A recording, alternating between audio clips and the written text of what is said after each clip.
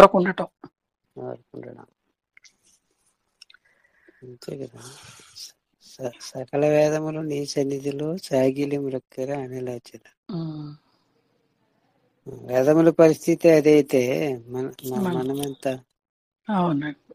మనం ఎట్లా మాట్లాడతాం, మనం ఎట్లా నిరూపిస్తుంది. నిరూపించుకున్నా ఏదో మాట్లాడినా దాని గురించి కాదని చెప్పారు ఫైనల్లో. ఇది కాదు ఇది కాదు అని చెప్పాలి. ఏదైతే అవునో అక్కడ మాటలు లేవండి, ఏదైతే కాదో అక్కడ మాటలు ఉన్నాయి. అంతే. అక్కడ మనస్సు మోగపోతుంది, మౌనాన్ని వహిస్తుంది, కాని దాన్ని చెప్తుంది. ఇప్పుడు అమ్మవారు సీతమ్మవారు రామచంద్ర ప్రభు వనవాసంలో మొదట అత్తిరి మహర్షి ఆశ్రమానికి ఎక్కడికి వెళ్తారు కదా. ఆశ్రమానికి వెళ్ళినప్పుడు మగవాళ్ళందరూ ఒక పక్క కూర్చున్నారండి, స్త్రీలు అందరూ ఒక పక్క కూర్చున్నారు. అందరూ ఒకే దుస్తుల్లో ఉన్నారటండి. అంటే రామచంద్ర ప్రభు నారబట్టలు ధరించారు కాబట్టి, అప్పుడు ఋషులు కూడా నారబట్టలు ధరిస్తారు కాబట్టి టోటల్ గా అందరూ ఒకేలాగా కనిపిస్తున్నారు. సరే, ఇందులో సీతమ్మ వారిని, ఇందులో రామచంద్ర ప్రభు ఎవరని కొత్త వాళ్ళందరూ వస్తారు, వాళ్ళకి తెలియలేదు, అడిగారు.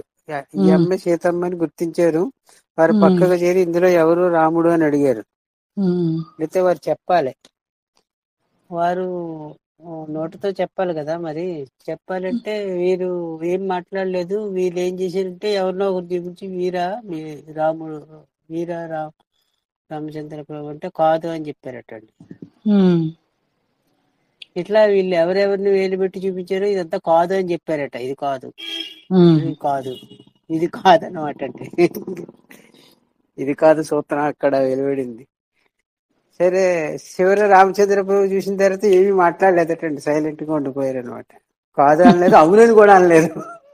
చూడండి ఇక్కడ అవునంటే భర్త పేరు ఇంకా ఉచ్చరించడం ఎందుకు, అదే కదా తన భర్తే కాబట్టి సైలెంట్ అయిపోతుంది అనమాట అండి అని చెప్పారు పెద్దలు. అట్లాగా కాని దగ్గర మాటలు ఉంటాయి కానీ కాదని చెప్పొచ్చు. అయిన దాని దగ్గర మాటలే ఉంటాయి, ఊరకుండడమే.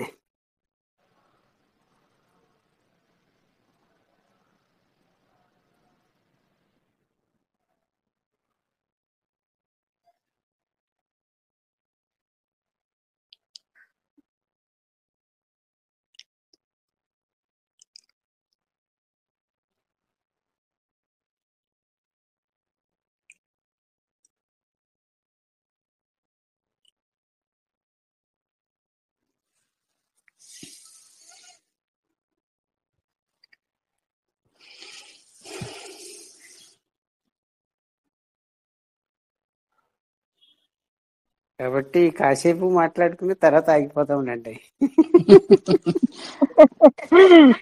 లేకపోతే ముందే అయిపోతున్నారని. ముందే ఆగిపోతున్నాం అందరూ. కాసేపు మాట్లాడుకుని తర్వాత ఆగిపోతాం. ఇవాళ గురువు గారు మీరు పెట్టారు కదండి, గురువు గారు వీడియో. చాలా బాగుంది. అంటే ఒక అతను అడుగుతున్నారు కదా, అంటే ఉన్నట్టుంది అంటే లేనట్టా అండి గురువు గారు అని అడుగుతున్నారు. ఉన్నట్టుంది అని ఆయన చెప్తుంది, ఇది ఉన్నట్లుంది అంటే లేనని కదా ఆయన అడగడం. లేనట్టుందా అని లేనట్టా అండి గురువు గారు, లేనట్లుందా అంటున్నారు. కాదు, ఉన్నట్లుంది అంటే లేదనే కదా అర్థం. దేవుడితో సహా అన్నారు అక్కడ.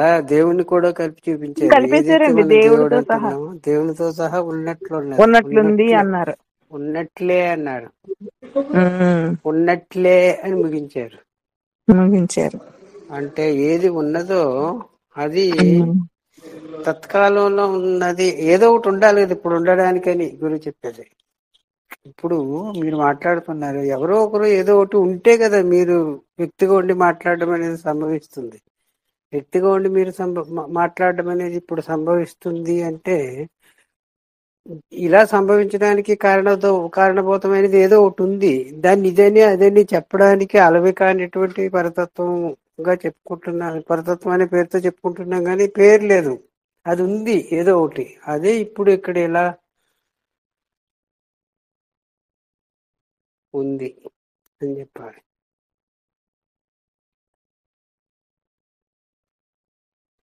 ఇంకా సమస్య ఉంది.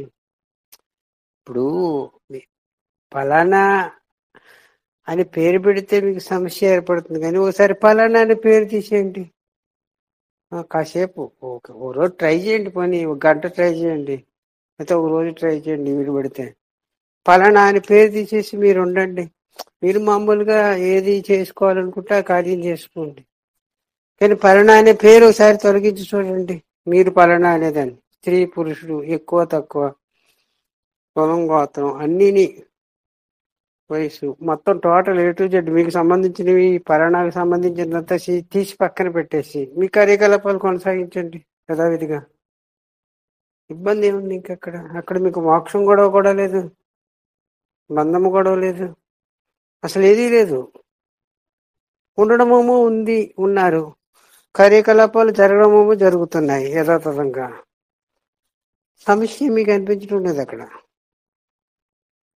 ఏదన్నా ఒక దాంతో కనెక్ట్ అయి ఉన్నప్పుడు మీకు సమస్య ఏర్పడుతుంది, కానీ మీరెవరు కానీ ఏది కానీ ఉన్నారో అదిగానే ఉన్నారు ఇప్పుడు కూడా.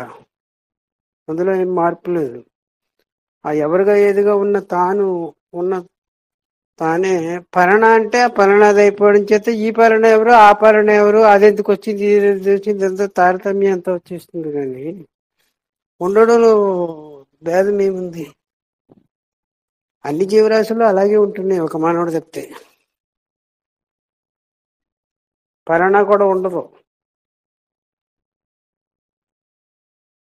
సో ట్రైలే చూడండి, పరణ తీసేసి చూడండి ఎలా ఉందో అనుభవం. అర్థమవుతుంది అనుకుంటున్నాను నా మాటలో. అవునండి గురువుగారు. అసలు ఇప్పుడే గురువుగారు ఎవరన్నా పిలిస్తే పలకటానికి గాని ఏముంది గురువుగారు, ఏమీ లేదు.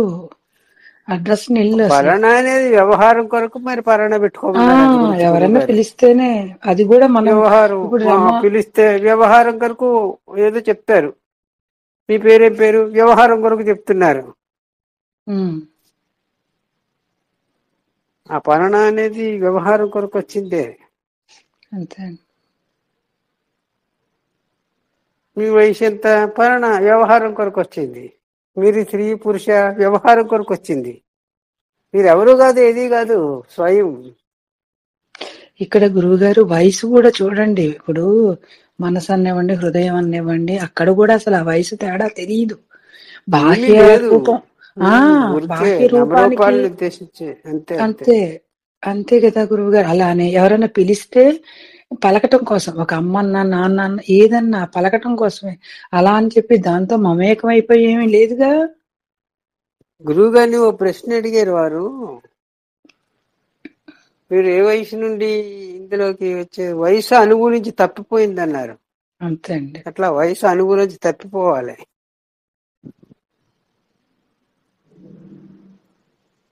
వయసు అనుభవం నుంచి ఎందుకుంటుందంటే నామరూపాలతో కనెక్ట్ అయి ఉండడం వల్ల వస్తుంది. మీరు అంతే అండి. నామరూపాలతో కనెక్ట్ కాకుండా మీరు ఉన్నారు, ఉనికిగా ఉన్నారు, ఎవరుగా ఉన్నారు, ఏదిగా ఉన్నారు అదిగానే ఉన్నారు. వ్యవహారం జరుగుతూ ఉంది. ఈ నామరూపాలన్నీ తీసి మిమ్మల్ని చూడండి. అక్కడ ఏ అనుభవము లేని అనుభవంగా ఉన్నారు. అంతే అండి. ఎలా చెప్తాము మిమ్మల్ని పలానా వారని? మీ పేరుని బట్టి, మీ రూపాన్ని బట్టి మిమ్మల్ని మీ అంచనా వేయగలమా? లేము కదా, లేదు కదా. అందు గురించి ఓ సందర్భంలో గురువుగారు అన్నమాట, మిమ్మల్ని మీరే చూడలేదు, నేను మిమ్మల్ని ఎట్లా చూస్తాను? నన్ను నేనే చూడలేదు, నన్ను మీరెట్లా చూస్తారు అన్నారు. అందు గురించి చూడడానికి వీలుపడినటువంటి వారిగా ఉండి చూడడానికి చూడబడేవారుగా కనిపిస్తున్నారు. కాబట్టి చూడబడేవారిగా సదా లేరు.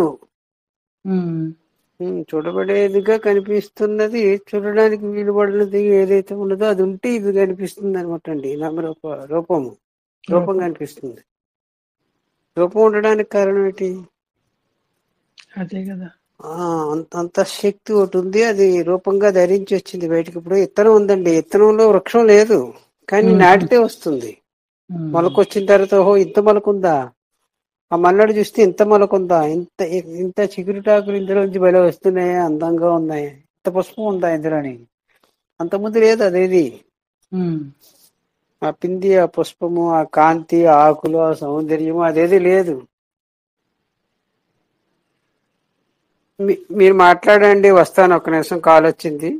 ఓకే అండి గురువు గారు.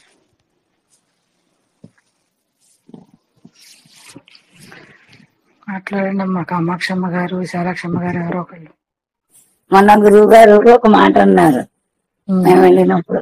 ఆయన ఏదో ప్రశ్న చేస్తుంటే చాలాసేపు అయ్యాక అదే అంటే ఆ సందర్భం ఏంటి, అది ఎలా వస్తుంది అన్నది కాదు.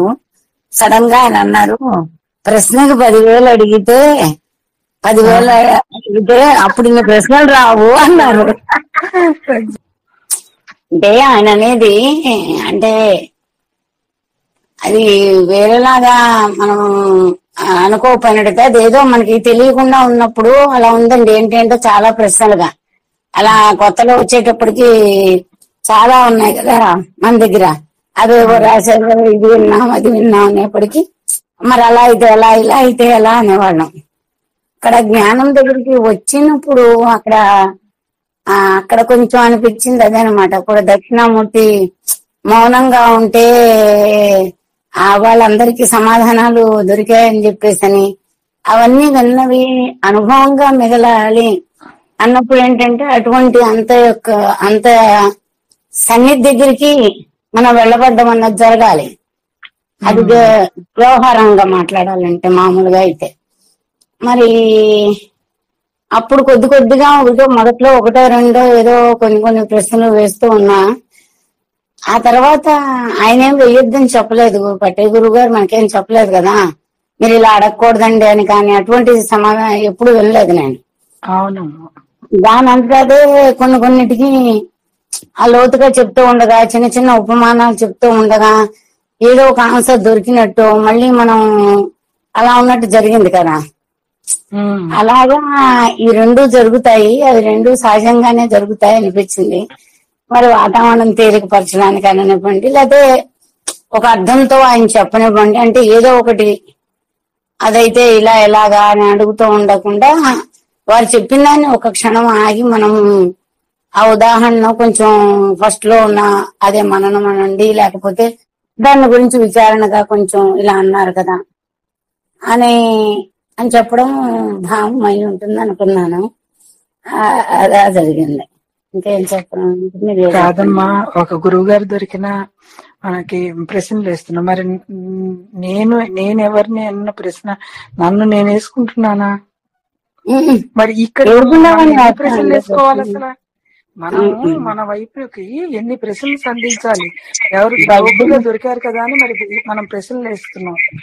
వేసిన తర్వాత దాని గురించి విచారణ చేస్తున్నావా? అడిగేయటం వదిలేయటం చేయమండి. అంటే మనం వేసుకోవడం అంటే కొంచెం మనలో ఉన్నవన్నీ కనపడితే అదే నిన్ను నువ్వు తరచి చూసుకుంటే నిన్ను నువ్వే చూసుకోలేనంత అసహ్యంగా ఉంటుంది అని ఒకసారి చదివాను. అది చదివినప్పుడు ఏంటి కదా అనుకున్నాను. ఇదా నేను అనుకుంటా అంట. కాదమ్మా, మన గురించి మనకి విశేషాలు ఉండవు. చూడండి ఎదుటి వాళ్ళైతే ఎంత ఆసక్తిగా వింటాం. బయట చూడండి ఎంత ఆసక్తి, మన గురించి ఆసక్తి ఉండదు. ఆసక్తి ఉండక చూసుకోవడానికి భయం వేస్తే అనుకుంటున్నాను నేను. అవును కాదు చెప్పలేదు నా వరకు. నేను మనం తరచి ప్రశ్న వేసుకోవడం గాని మనం ఇలాగేనా అని గాని మనం తరుచుకోమంటే, అందుకని ఎదురువాడు కనపడితే అడిగేస్తే ఏదో ఒకటి చెప్పేస్తారు కదా, తేరగా వచ్చేస్తుంది. వీడి సంగతి చూడాలి అన్న. గురువు గారు వచ్చారు కదా, చెప్పండి గురువు గారు అన్నమాట. ఏమంటారు కామాక్షి గారు? మన గురువు గారు సుబ్రహ్మణ్యులు గారు అన్నారండి. చెప్పండి అమ్మా, మీరు చెప్పండి. కామాక్షి గారు కామాక్షి ఏమనలేదు, గురువు గారే అన్నారు ఒక మాట. అక్కడ జరుగుతూ ఉండగా సడన్ గా గురువు గారు అన్నారు, ఆ ప్రశ్నకి 10,000 పెట్టినట్టయితే ఇన్ని ప్రశ్నలు ఉదయించవు అన్నారు. అప్పుడు ఒక ప్రశ్న అడుగుతారు, 10,000 అక్కడ పెట్టండి అంటేను అన్నారు. అనేటప్పటికి సరే ఒక 2 నిమిషాలు అయిన తర్వాత నేను ఒకటి కూడా అడగకపోవచ్చండి అన్నా. ఊరుకున్నాం. అదేదో చెప్పుకొని ఎప్పుడు ఏదైనా చెప్పండి అన్నారు. ఏం చెప్పడానికి గుర్తురాదు. ఇది అప్పుడు ఆ రోజు ఏవో చెప్పాలనుకున్నాను కొన్ని. కానీ అక్కడ వెళ్ళాక ఏమీ లేదండి, మైండ్ అంతా ప్రశాంతంగా హాయిగా, అంటే అసలు ఏమీ పిక్చర్ లో లేవన్నమాట. అక్కడ ఉన్న ఇది అబ్బా మళ్ళీ ఒకసారి వెళ్ళాలి అనుకున్నాను. అది చెప్పాం. అది చెప్పాక ఇంకేదో సందర్భం అసందర్భం ఏదో మాట్లాడాం. మీరు చెప్పండి.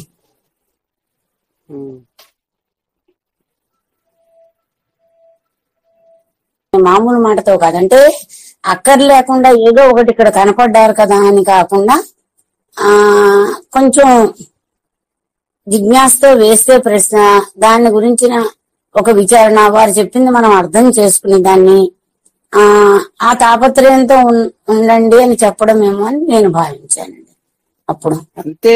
కాదు ఇప్పుడు సాక్షాత్తు గురువే మనకు దొరికేసిన తర్వాత ఇంకా ఆ ప్రశ్న అడిగితే మన సమస్య తీరిపోయింది, మనం ఒక కొలుక్కొచ్చేసాం అనేది ఎదుక్కుని కదా అడగాలి. అలా కాకుండా మరి గురువు గారు ఉన్నారని ఇది పెడితే అది అడిగితే మనకు ప్రయోజనం ఏముంది? ప్రశ్నమో వారు చెప్తారు, ఏదైనా చెప్పగలిగే వారు అయినప్పుడు ఏదైనా చెప్తారు. మనకి అవసరమో కాదా లేదా అనేది కూడా మనకు తెలియడం లేదు కదా, తెలియక అడుగుతున్నాం. అప్పుడు కూడా అడగగలిగితే తెలుస్తుందని. డబ్బులు పెట్టారు, 10,000 కట్టి అడగగలుగుతున్నారా? అప్పుడు ఓకే,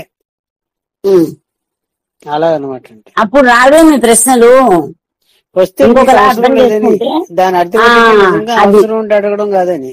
అవసరం 10,000 మీరు ఎంతైనా ఇచ్చారు. ఇప్పుడు భగవాన్ దర్శనం చేసుకోవడానికి సంవత్సర కాలం అతి కష్టం మీద డబ్బు సంపాదించుకుని, సంవత్సరం కాదు సంవత్సరాలు అన్నారు, పొదుపు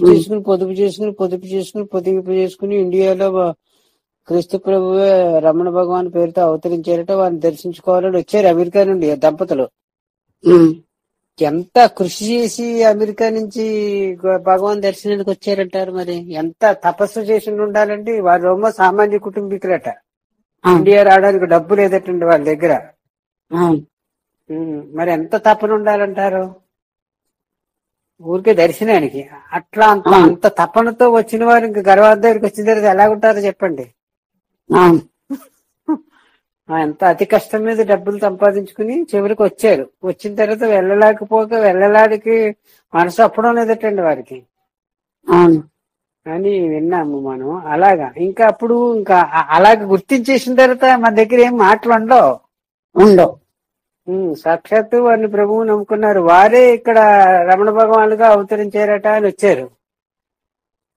అట్లాగా మనం ఏ జ్ఞానాన్ని అయితే ఆశ్రయించానో లేకపోతే ఏ దేవుడిని అయితే ఆశ్రయించామో ఆ దేవతే ఆ రూపంలో ఉందని మనం వెళ్తే ఇంక ప్రశ్నలే ఉంటాయి మన మన దగ్గర ఆగిపోతాయి అన్నమాట. అవి కూడా లేదు, అప్పుడు అడగవలసి ఉంటే అడుగుతాం, అది వేరే. వారు కూడా ఆ మాట చెప్పరు, సమాధానం చెప్పేస్తారు. ఒక్కోసారి మనం అడగనికుండా ఉన్నది మన లోపల తెలుస్తున్న దానికి కూడా సమాధానం రావడం కూడా చెప్తారు. జరిగాయండి కొన్ని. ఇంకంటే ఇంకేం అడగము, ఎలా అడగాలో తెలియదు, లేకపోతే ఇది భావ్యమా కాదా అని ఆలోచించే టైంలో ఆ ప్రశ్నకు ఒక ఆన్సర్ లో వాళ్ళ నుంచి వస్తుంది. అది ఎవరు ఏం అడగలేదు. ఆ ఆన్సర్ లాగా వచ్చేది అసలు నుంచి వస్తుంది కదా. మరి దాన్ని మనం ఎంత పొదుపు చేసేసుకోవాలి. చిన్న మాటల్లోనే చెప్పేస్తున్నారు విషయాన్ని గురుగారు. ఈ రోజు కూడా అప్డేట్ గా పెట్టిన ఫైల్ నిన్న పెట్టింది, అది ఈ రోజు తీసిందే ఈ రోజు పెట్టింది యూట్యూబ్ లో. అక్కడే చెప్పేశారు విషయాన్ని, ఎంత స్పష్టంగా చెప్పారు.